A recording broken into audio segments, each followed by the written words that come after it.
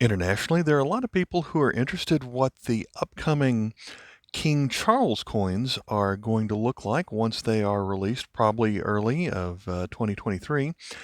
And before then, before he was king, there have been several coins made of Prince Charles through the years. Most of them happened in 1981 when Charles and Diana got married, and most of these coins, I would suspect all of these coins really, were commemorative coins, and most of those were made by a lot of the mints that are make-up coins for the British dependencies and territories. A lot of those mints produce coins that are pretty much commemoratives just to sell to collectors, and what a better time to make a collector coin than when the very popular Diana and Charles got married back in 1981.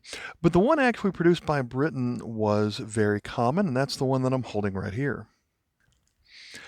The value of this coin is a crown, and a crown is a coin that has been a British coin for centuries. It is the largest silver coin that they made for many, many centuries, spanning many kings and queens over the centuries. And back in the day, it was the value of 5 shillings and is quite a large coin. This is about the size of a U.S. silver dollar.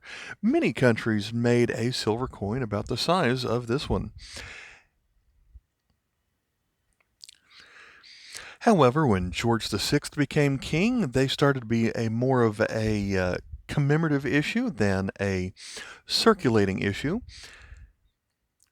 Let me flip it over for a moment. This is I believe, the sixth and final crown that was produced during Queen Elizabeth's reign. And over those years, there was one for celebrating her ascendance to the throne. There was one celebrating Winston Churchill, one for the birthday of the Queen Mother, one for the wedding anniversary of her and Prince Philip. And I'm sure there's a couple others I'm leaving out here. There was one for her Silver Jubilee for her 25th year on the throne. But this one, I believe, is the one that is the most sought after, the one that I've had the most trouble finding. Now, it just so happens that a lot that I purchased a couple of weeks ago came with one of these, and I know a collector that this specific coin is going to. But they're not particularly rare. They're just highly collectible. A lot of people have wanted to hold on to them for all these years. So how did you get one back in the day that this was produced? It was not difficult.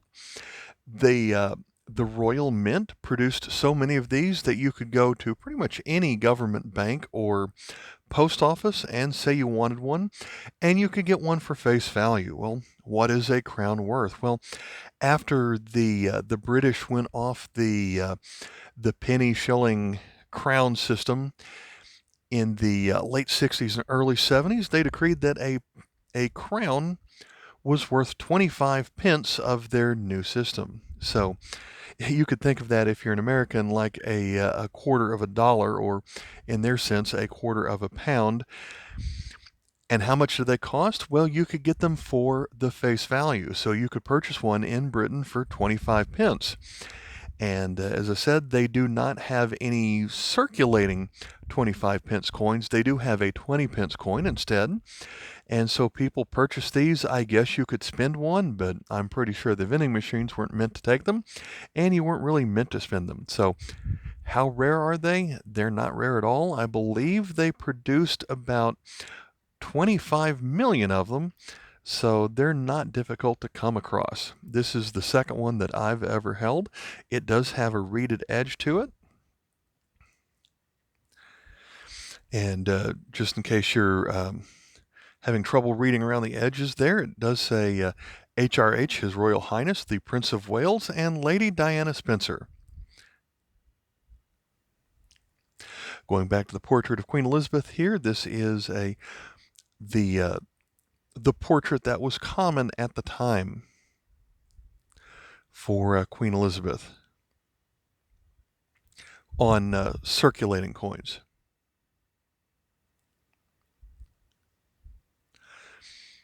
All right, thanks for watching.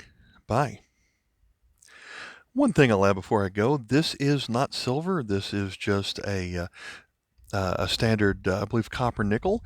They did make a small number of silver versions of these, probably 2,500 or so.